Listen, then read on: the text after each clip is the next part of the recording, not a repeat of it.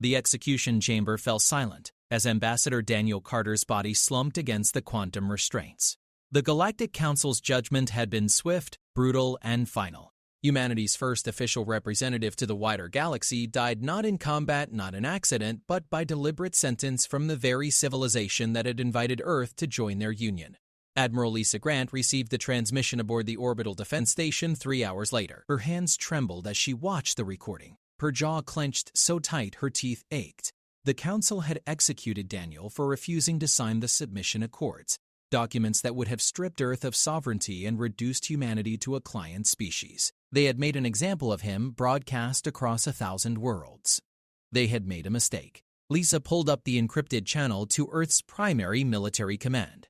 General Marcus Webb appeared on screen, his face already grim. "Ye had seen it too? The protocol?" Marcus asked quietly. "We have no choice," Lisa replied. "They killed our voice. They meant it as a warning. We'll answer with fire." The Annihilation Protocol had been theoretical, a contingency plan developed by paranoid military planners who feared first contact would go wrong. No one had truly believed it would be needed. The protocol authorized total war, immediate and overwhelming, against any threat to human survival. It removed all restrictions, all hesitation, all mercy. Earth's fleets began moving within the hour. 73 warships that the Council believed were simple exploratory vessels shed their civilian disguises. Hidden weapons ports opened. Reactors that had been running at 30% capacity surged to full power. The ships had been designed to look weak, outdated, primitive by galactic standards. That had been the point. Humanity had learned deception long before reaching the stars. The Council's nearest outpost was a trade station orbiting a gas giant in the Sigma Draconis system, home to 800 civilians and a light defense garrison. It would be the first target, the first message. Commander Jake Peterson sat in the captain's chair of the stealth ship Retribution, watching the station grow larger on the view screen. "All weapons charged," his tactical officer reported. "Waiting for your orders, sir." Jake thought of Daniel Carter, a diplomat who had believed in peace, who had died believing humanity could find its place among the stars through words and reason. The Council had answered that faith with execution. They had taught humanity a bitter lesson about galactic politics. "Fire!"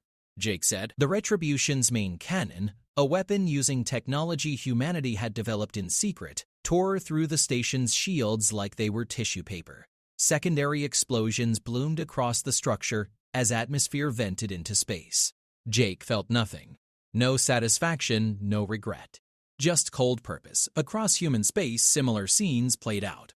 Communication relays, trading posts, diplomatic vessels, all Council property, all eliminated with surgical precision. Earth wasn't attacking civilians randomly. Every target had strategic value. Every strike sent the same message. You executed our ambassador. Now we execute your empire. The Galactic Council convened an emergency session within 12 hours. The Krill ambassador, a being resembling a crystalline spider, projected confusion and outrage. Humanity was supposed to be weak, new, easily controlled. They were barely spacefaring. They had crude ships and limited resources. How were they doing this? Aaron Belos, an ancient being of pure energy contained in a specialized suit, demanded answers from the Intelligence Division. The reports that came back made no sense. Human weapons were more advanced than initial scans suggested. Their ships were faster, their tactics more ruthless. Somehow, impossibly, they had been hiding their true capabilities from the beginning. "They deceived us," Velos said, his voice rippling with static. "From first contact, they played weak." "What do we do?" asked the Kryll ambassador.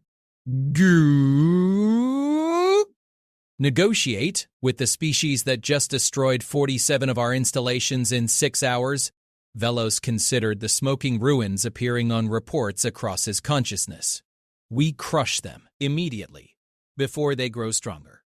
The Council mobilized its fleets, massive armadas that had kept peace across 10,000 systems for millennia. They would show humanity what real power looked like. They would teach these upstart primates their place. The execution of one ambassador would be avenged with the subjugation of an entire world. But as the Council's war fleet assembled, gathering strength for the strike against Earth, Admiral Lisa Grant smiled coldly from her command station. The Council was reacting exactly as humanity's strategic analysts had predicted. They were angry, insulted, eager to demonstrate dominance. They were sending their fleets directly to Earth, concentrating their forces for a single overwhelming blow. They had no idea what was waiting for them. The moon, designated Luna by humans, served multiple purposes. It stabilized Earth's rotation, created tides, inspired poetry. It also housed the most powerful weapon system humanity had ever constructed, built deep beneath the surface over 30 years of secret excavation and engineering. The Council's scans had never penetrated deep enough to find it. Another mistake. "How long until their fleet arrives?" Lisa asked. 72 hours at current speed, her sensor officer responded. "Good.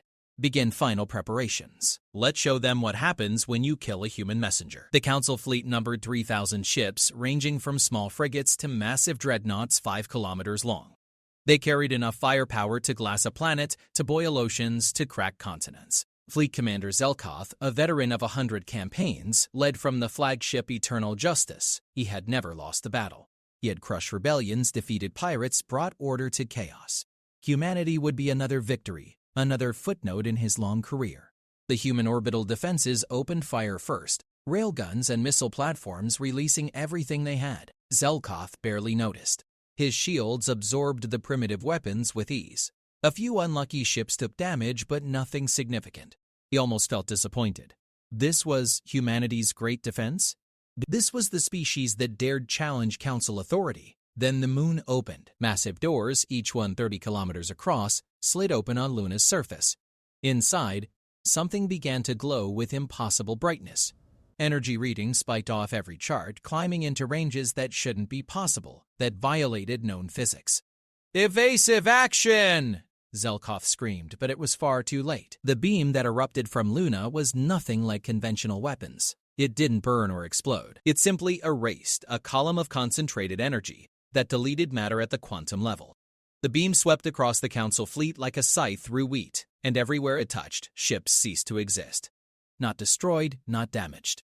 Gone. In 17 seconds, Zelkoth's 3,000-ship armada was reduced to 400 scattered survivors. The Eternal Justice had survived only because it was positioned at the fleet's edge. Zelkoth stared at the readings, his 3 hearts hammering in disbelief. Impossible. Nothing had that much power. Nothing. "Retreat," he ordered. "Full retreat. Emergency fold, now." The surviving ships fled, jumping to faster-than-light speeds in panic. Military discipline abandoned in the face of incomprehensible destruction. Back on their homeworlds, the Council watched the tactical feeds in stunned silence. They had sent overwhelming force against a primitive species and been devastated in seconds. Chairman Velos finally understood. Humanity hadn't been hiding modest technological advantages. They had been hiding everything, playing weak while building weapons that made the Council's arsenal look like toys. Every assumption, every calculation, every assessment had been catastrophically wrong. "Open communication channels," Velos commanded. "Immediately. We must negotiate before they use that weapon again." But Admiral Lisa Grant had no intention of negotiating.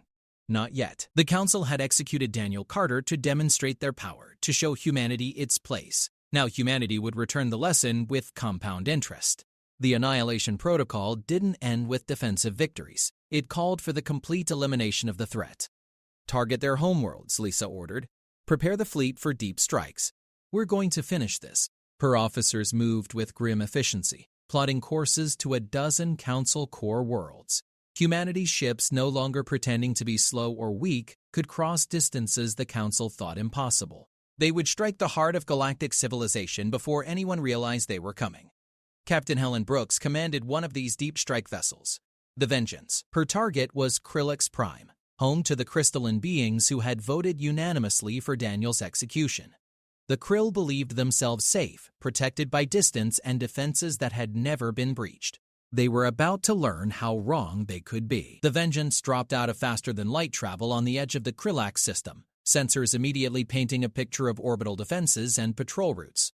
Helen had studied this system for weeks, memorized every station, every satellite, every possible threat. She knew their response times, their weapon ranges, their blind spots. "Begin the approach," she ordered. Silent running. "Let's get close before they know we're here."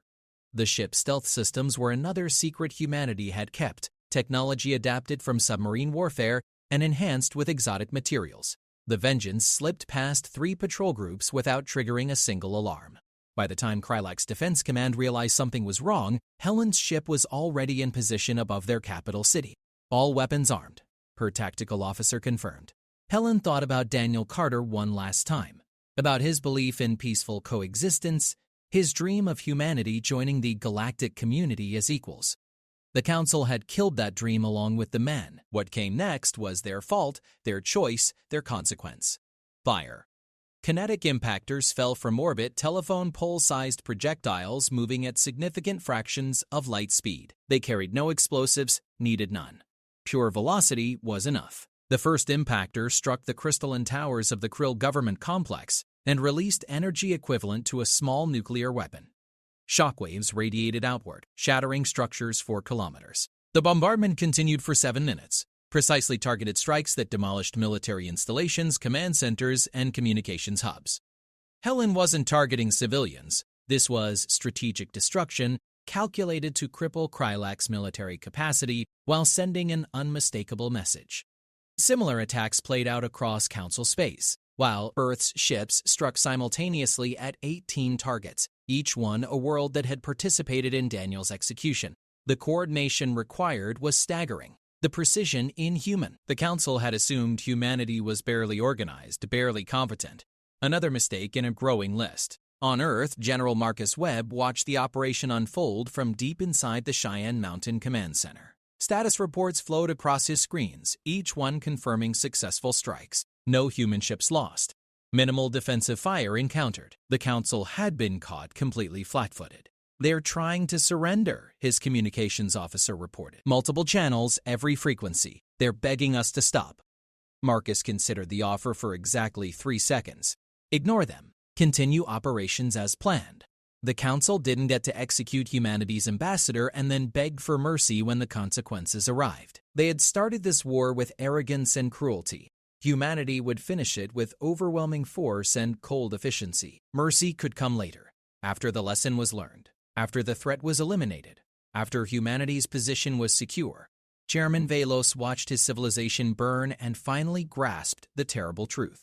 Humanity had never been the primitive species the Council assumed. They had been testing, watching, learning. First contact hadn't been humanity's introduction to galactic society. It had been their intelligence-gathering operation. Every diplomatic meeting, every cultural exchange, every seemingly innocent question had been designed to extract information.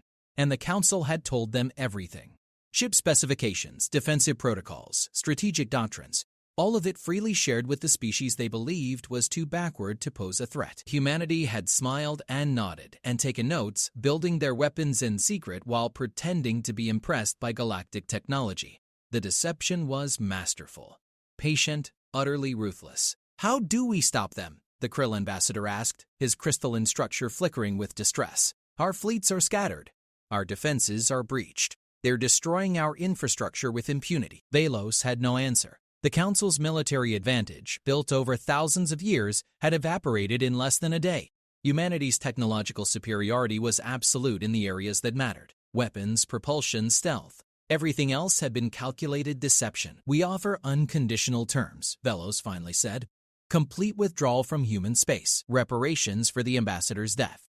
Whatever they want. And if they refuse, another council member asked, then we pray they show more mercy than we did. Admiral Lisa Grant received the council's surrender offer while coordinating the assault on a major military shipyard. She read through the terms, noting the desperate tone, the complete capitulation. They were offering everything except formal subjugation. It was more than she had expected to get without landing troops on their homeworlds. But it wasn't enough. Not yet. Send a response, she told her communications officer. Tell them we'll consider their offer once they've delivered the individuals responsible for Ambassador Carter's execution. All of them. The judges, the executioners, the council members who voted for it. We want them in custody within 48 hours. And if they refuse, then we start targeting civilian infrastructure, power grids, water treatment, food production. We'll show them what total war really means. The ultimatum reached the council during their emergency session. Silence fell across the chamber as the implications sank in. Humanity wanted them to surrender their own leaders, the very beings who had ordered Daniel Carter's death. It was a humiliation beyond measure, a reversal of power that left the council's authority in tatters. We cannot comply, the Krill ambassador protested. To surrender council members would destroy our credibility, our structure. The entire galactic order would collapse. The entire galactic order is already collapsing, Velos observed coldly. Humanity is dismantling it piece by piece. At least if we surrender the guilty parties, we might salvage something from this catastrophe. The vote was close, bitter, filled with recrimination and fear. In the end, survival outweighed pride. The council agreed to humanity's terms. Within 36 hours, 17 high-ranking officials, including 3 council members, were transported to a neutral location under human guard. They went quietly, their species unwilling to protect them now that the cost had become clear. Captain Ryan Foster oversaw the prisoner transfer, watching as beings who had ruled over thousands of worlds shuffled into detention cells. They looked diminished somehow, smaller than their profiles suggested. One of them, a council member named Thrakus, met Ryan's eyes with something like defiance. "You've won a battle," Thrakus said in translated speech, "not the war. Other species will rise against you. They'll fear you now, and fear breeds resistance." "Maybe," Ryan acknowledged. "But they'll remember what happened when someone killed our ambassador. They'll remember it for 1,000 years, and maybe, just maybe, they'll think twice before trying it again." Thrakus had no response to that.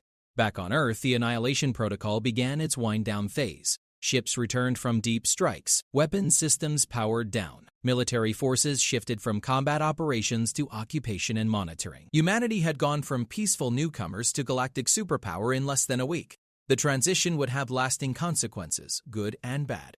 General Marcus Webb met with Admiral Lisa Grant in person for the first time since the crisis began. They stood together in the Cheyenne Mountain Command Center, looking at a strategic map of known space. Red indicators marked former Council strongholds now under human surveillance.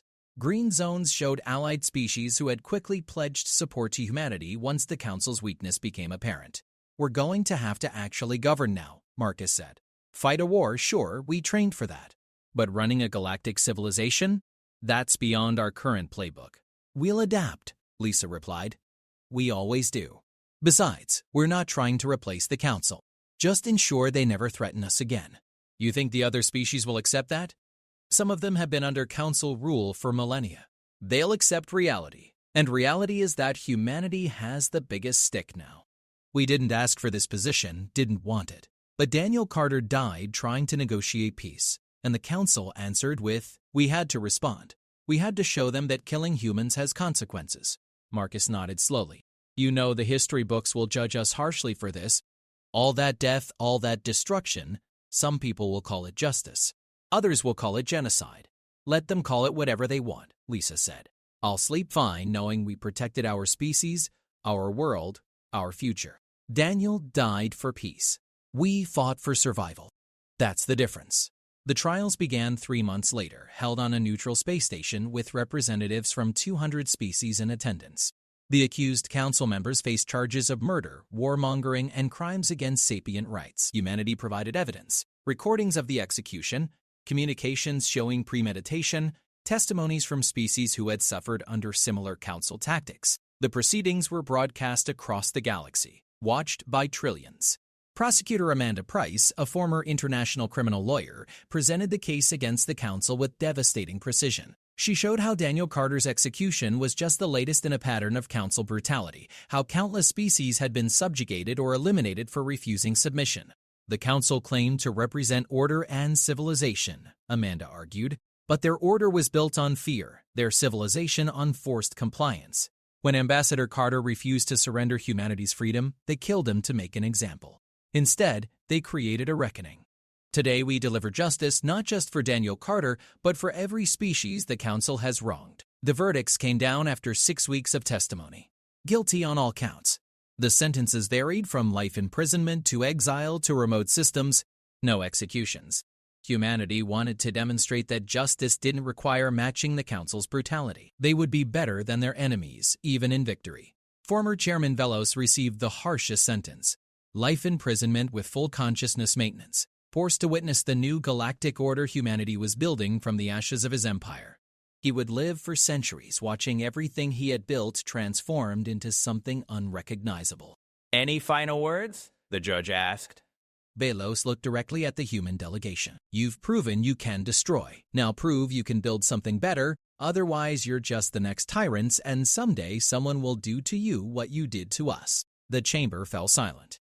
Admiral Lisa Grant, present as an observer, met Velos's gaze without flinching. The former chairman had a point, one that humanity's leaders had been debating privately for months.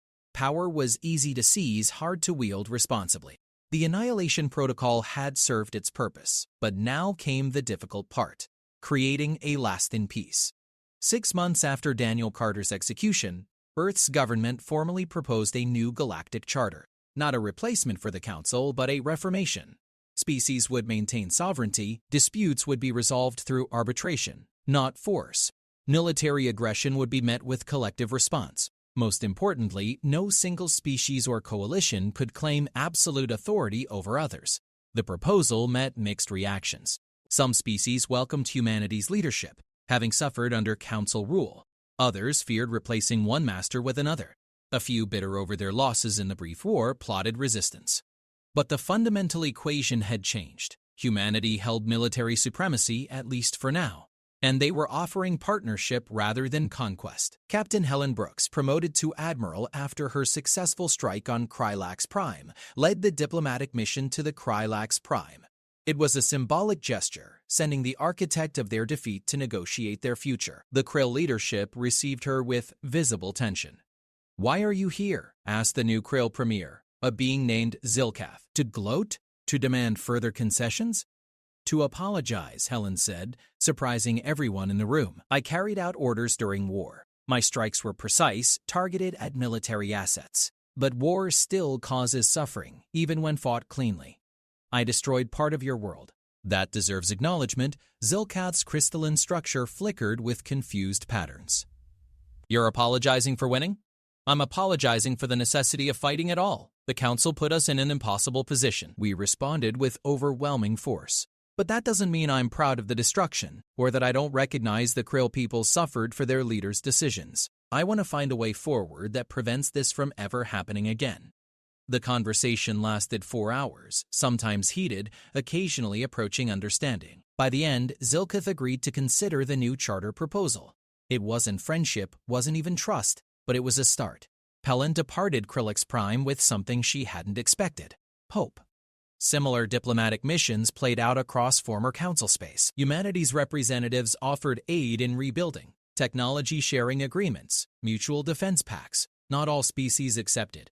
Some retreated into isolation, wanting nothing to do with the newcomers who had shattered galactic order. But slowly, carefully, a new structure began to emerge. On Earth, people struggled to process what had happened. The war had been brief, overwhelmingly one-sided, fought mostly in deep space. Few humans had died. But the moral weight of it pressed heavily on the collective consciousness. Protests erupted in major cities, some supporting the military action, others condemning it as excessive. President Sarah Mitchell addressed the United Nations General Assembly, trying to explain the impossible choices leadership had faced. "We didn't choose this war," she said. "The Galactic Council did when they executed Ambassador Carter. We could have accepted that injustice, bowed our heads, signed their accords, and become subjects rather than equals. Instead, we fought. We showed them that humanity will not be intimidated, will not surrender its freedom, will not accept second-class status among the stars." "But at what cost?" shouted a delegate from the floor. "We destroyed cities, killed thousands. We became the very thing we claimed to oppose." "No," Sarah replied firmly. "We became survivors. There's a difference between aggression and self-defense. The Council threatened our existence as a sovereign species. The Annihilation Protocol was our answer. Was it brutal? Yes. Was it necessary? I believe so. And I'll carry the weight of that belief for the rest of my life." The debate raged for months, in governments, in media, in homes across Earth. There were no easy answers, no clear moral victories. Humanity had secured its position among the stars through overwhelming violence. Whether that made them heroes or villains depended on perspective, on values, on which facts you emphasized. Admiral Lisa Grant retired from active service 8 months after the war's end. She had accomplished her mission, eliminated the threat, secured Earth's future, avenged Daniel Carter's death. But the cost haunted her dreams. She saw Zelkoth's fleet dissolving under Luna's weapon, watched cities burn from orbital bombardment, heard the screams of beings caught in humanity's fury. She moved to a quiet farm in Montana, far from military installations and government centers. There, she tried to find peace. It proved elusive. On clear nights, she'd look up at the stars and wonder about all the beings living around those distant suns. Wonder how many of them feared humanity now, how many would seek revenge someday. Captain Ryan Foster, now Commander Foster, visited her one autumn evening. He found her on the porch, watching the sunset paint the sky in shades of orange and red. "Admiral," he said, saluting. "Just Lisa now," she corrected. "That life's behind me." "Is it?" Ryan settled into the other chair, uninvited but not unwelcome, because they're forming the new Galactic Security Force, and they want you to lead it. Human and alien crews working together to enforce the charter, prevent conflicts before they escalate. "No," Lisa said immediately. "I've done enough. Someone else can build the peace. I'm only good at breaking things." That's not true, and you know it. The Annihilation Protocol wasn't just destruction. It was strategic, precise, designed to end the war quickly with minimal casualties. You saved lives by being decisive. Now they need that same decisiveness to maintain order. They need someone the aliens don't fear. They need someone the aliens respect. There's a difference. Ryan leaned forward, his expression earnest. "The galaxy is still fragile, Lisa. Old Council loyalists are regrouping. Pirate factions are exploiting the chaos. New species are emerging from hiding, some friendly, some hostile. Without strong leadership, everything we fought for could collapse into anarchy." Lisa closed her eyes, feeling the weight settle on her shoulders again. She had hoped retirement would mean freedom from these impossible choices. Apparently, the universe had other plans. "I'll think about it," she finally said. Ryan smiled, recognizing the victory. "That's all I'm asking." For now, after he left, Lisa remained on the porch as darkness fell and stars emerged. Somewhere up there, Daniel Carter had died believing in peace. Somewhere up there, thousands had perished in the war that followed. And somewhere up there, the future waited, uncertain and dangerous. She had declared the Annihilation Protocol to protect humanity. Now she had to decide if she could build something better, something that honored both Daniel's dream and the harsh reality they'd discovered among the stars. It would be the hardest mission of her life. But then again, the hardest ones always were. 3 years after the execution of Daniel Carter, the galaxy had settled into an uneasy equilibrium. The new charter was operational, with 73 species signing on as full members. The Galactic Security Force, reluctantly commanded by Admiral Lisa Grant, maintained order through a combination of military presence and diplomatic intervention. Conflicts still erupted, but they were contained before escalating to full-scale war. On Earth, Daniel Carter's name was carved into a monument alongside other fallen heroes. The memorial stood in Geneva, near where he had trained for his diplomatic mission. People visited daily, leaving flowers, notes, prayers. He had become a symbol, though what exactly he symbolized depended on who you asked. Peace through strength, the cost of naivety, the price of freedom. All of it was true. None of it was complete. Amanda Price, who had prosecuted the council members, now served as humanity's ambassador to the reformed Galactic Assembly. She stood before the gathered representatives addressing the chamber for the first time in her new role. 3 years ago, my predecessor came to the old council seeking partnership and found execution instead. That act of cruelty sparked a war that reshaped galactic civilization. Today, I stand before you not as a conqueror, not as a superior, but as an equal. Humanity doesn't seek dominion over other species. We seek cooperation, mutual benefit, shared prosperity. But make no mistake, we will never again accept threats to our sovereignty. We will never again bow to tyranny. The Annihilation Protocol remains active, a permanent reminder of what happens when dialogue is answered with violence. The chamber remained silent for a long moment. Then, slowly, applause began. Not universal, not enthusiastic, but genuine. The galaxy had learned to respect humanity's position, even if they didn't entirely trust it. Respect was enough, for now. On a distant frontier world, Captain Helen Brooks oversaw the construction of a joint human-krill research station. The project had been controversial on both sides, but Helen had argued passionately for it. The krill had brilliant scientists, and humanity had aggressive expansion plans. Working together made both species stronger. Zilkath, the krill premier, attended the station's dedication ceremony via hologram. His crystalline structure shimmered with what Helen had learned to recognize as cautious optimism. 3 years ago, your weapons destroyed our capital, Zilkath said. Today, our people work alongside yours to unlock the mysteries of the universe. This transformation speaks to the possibility of redemption, of growth beyond conflict. Perhaps, someday, the war will be remembered, not for its violence, but for the peace it made possible. Helen doubted that. The dead wouldn't care about subsequent peace. The scars wouldn't fade because something good eventually emerged. But she appreciated the sentiment of the attempt to find meaning in tragedy. "We can't change the past," she replied, "but we can build a better future. That's what this station represents. That's what we owe to everyone who suffered." The research station opened to great fanfare, scientists from a dozen species arriving to study exotic phenomena in the region. It became a model for cooperation, proof that former enemies could work together toward common goals. Similar projects sprouted across the frontier, humanity's aggressive expansion tempered by genuine attempts at partnership. Not everyone was convinced. Colonel David Harris led a faction within Earth's military that argued humanity had shown weakness after demonstrating strength.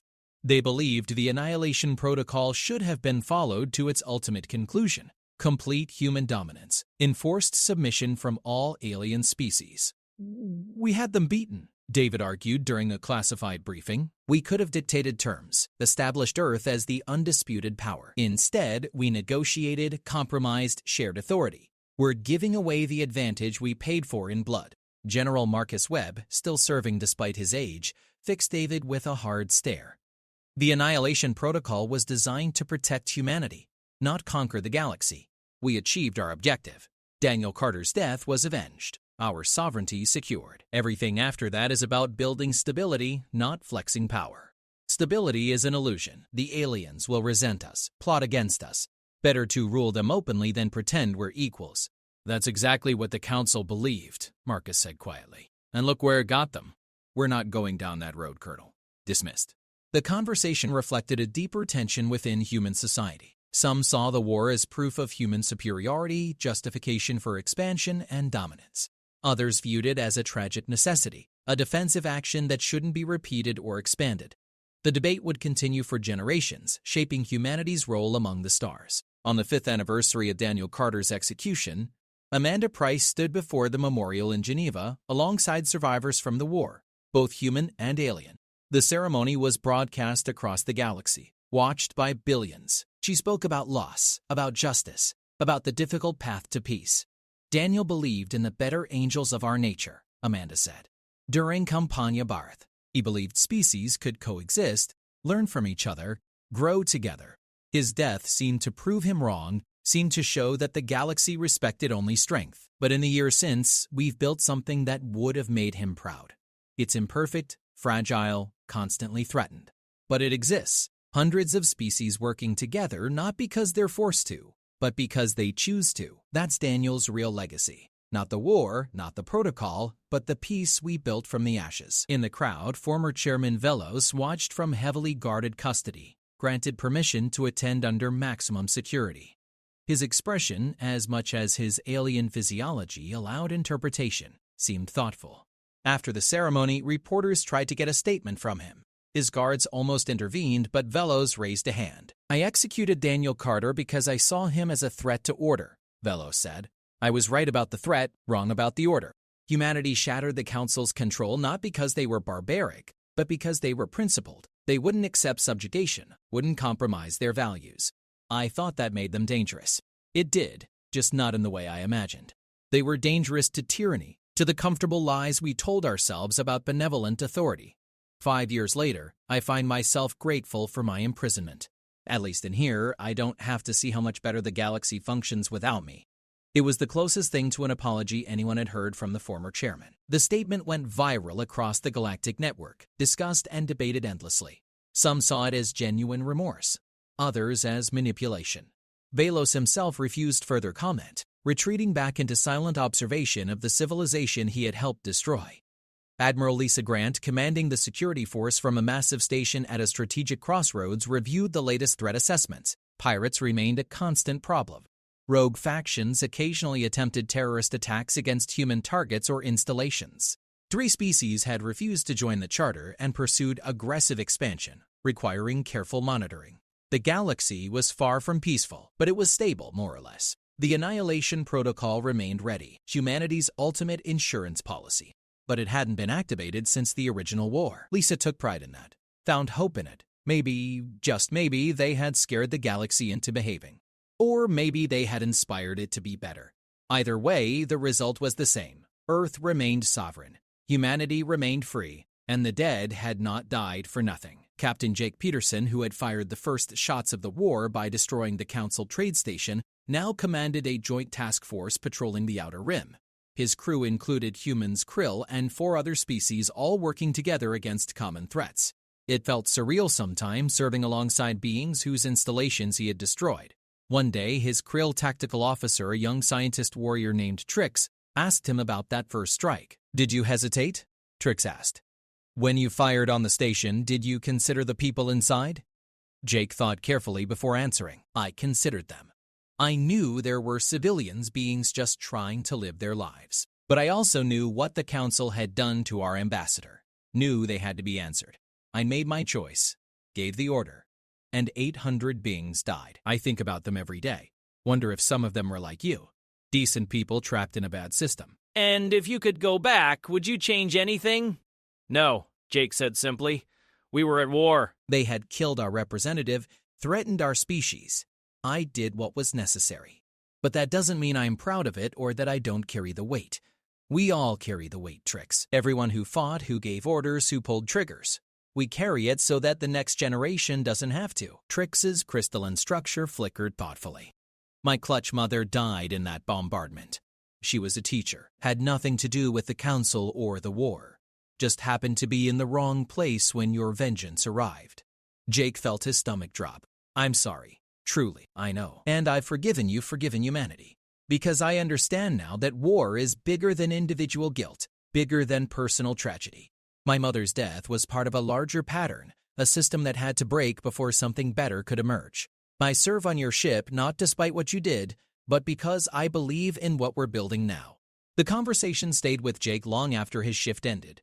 Forgiveness from the people he had harmed, people whose loved ones died under his command. It was more than he deserved. More than he had dared hope for.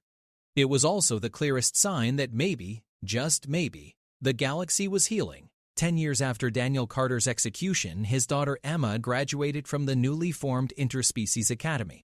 She had studied xenobiology, diplomacy, and conflict resolution, determined to continue her father's work in her own way. At the graduation ceremony, Amanda Price gave the keynote address. Daniel Carter believed in peace, Amanda told the assembled graduates. Human and alien alike. His death sparked a war that many thought proved him wrong, but standing here today, looking at all of you, I see that he was right. Peace is possible. Not easy, not guaranteed, but possible. You represent the future Daniel dreamed of. Species learning together, working together, building together. The war was necessary to clear away the corruption, to establish boundaries and respect. But this, what you're doing, this is the real victory. Emma accepted her diploma with tears in her eyes. She had been 12 when her father died, old enough to understand the loss, but too young to fully process the implications. Now, as an adult, she finally grasped what he had sacrificed for, what humanity had fought to protect. Her father's dream lived on, not in memorials or ceremonies, but in the daily work of beings like herself, committed to building bridges instead of burning them. The Annihilation Protocol itself became the subject of intense study and debate. Military academies across the galaxy analyzed it, trying to understand how humanity had achieved such devastating effectiveness. The answer was complex, involving technological innovation, strategic deception, psychological preparation, and ruthless execution. But the core lesson was simple. Never underestimate an opponent. Never assume technological or numerical superiority guarantees victory. Former Council species found the analysis uncomfortable. They had to confront their own arrogance, their assumption that age and experience equaled wisdom. Humanity had proven that fresh perspectives, adaptive thinking, and unwavering determination could overcome established power. It was a lesson that reshaped military doctrine across the galaxy. On Earth's moon, the weapon that had devastated the Council fleet remained operational, maintained by a dedicated crew sworn to secrecy. Only a handful of people knew its full capabilities. Fewer still knew about the 3 other installations humanity had built in remote systems, insurance against future threats. The galaxy believed Luna's weapon was unique. Humanity saw no reason to correct that assumption. Admiral Lisa Grant visited Luna Base occasionally, walking the corridors where the weapons crews worked in isolation. They were volunteers, people who understood the terrible responsibility they bore.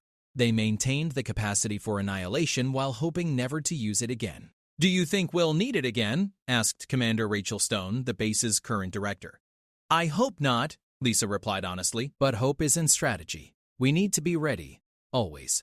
The galaxy learned to respect humanity because we demonstrated power. The moment we appear weak, old ambitions will resurface. That's not cynicism, just reality. Seems like a grim way to live. Peace through strength has always been grim. But it works, at least until someone figures out how to break the equation.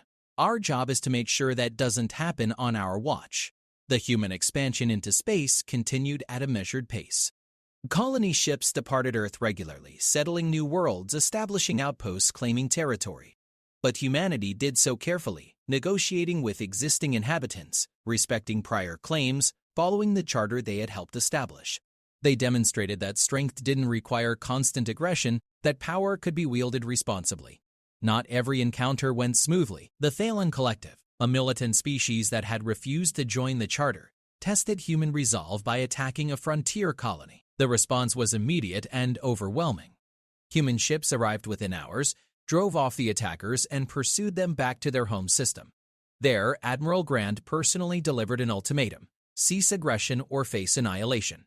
The Thalen chose wisely. They signed the charter within a week. 20 years after Daniel Carter's execution, the galaxy had achieved a stability unprecedented in recorded history. Conflicts still occurred, but they were contained, resolved through negotiation or limited military action. The threat of human intervention, backed by weapons the Council fleet had learned to fear, kept most potential aggressors in check. Critics argued this was simply a new form of tyranny, human dominance replacing Council control. Supporters countered that humanity enforced rules fairly, applied them to themselves as strictly as others, and welcomed genuine partnership. Both perspectives held truth.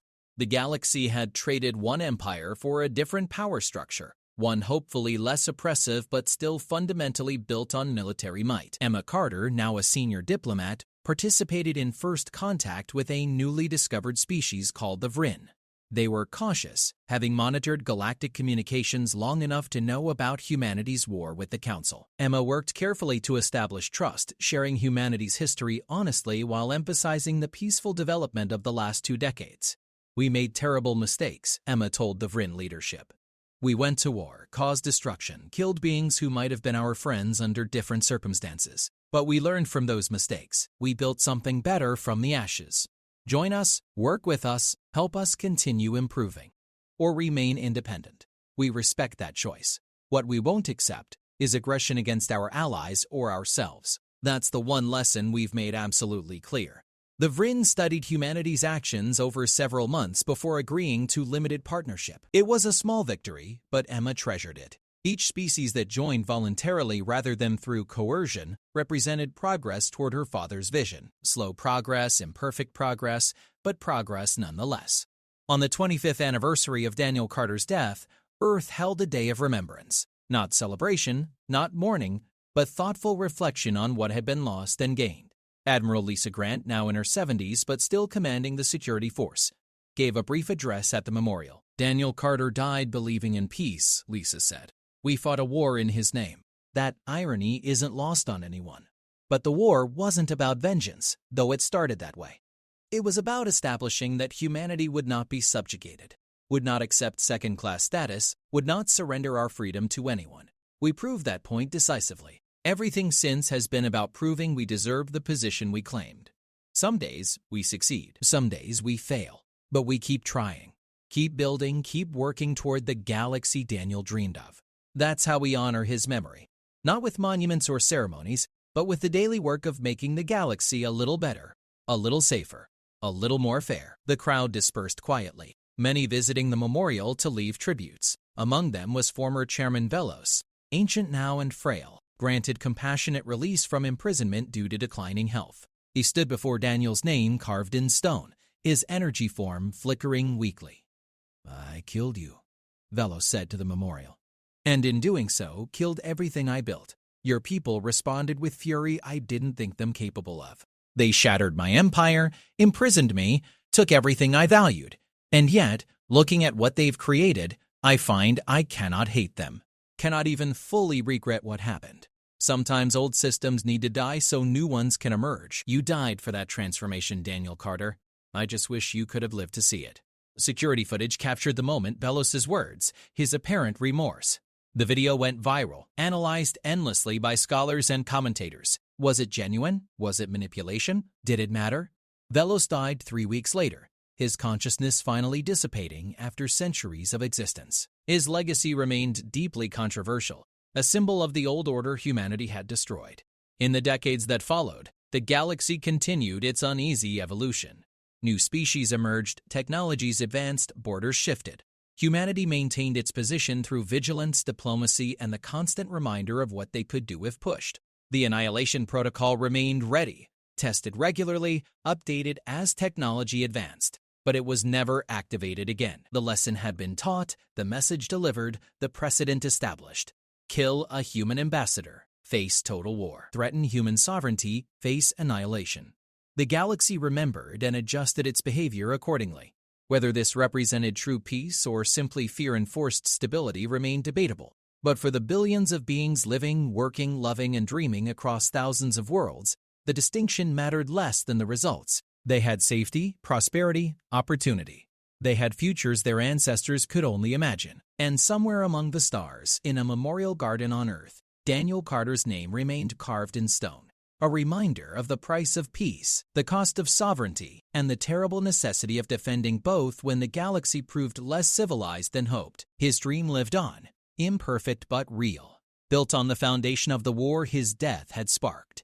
It wasn't what he would have wanted, but it was what humanity needed, what they fought for, what they would continue to defend. The Annihilation Protocol had declared humanity's place among the stars.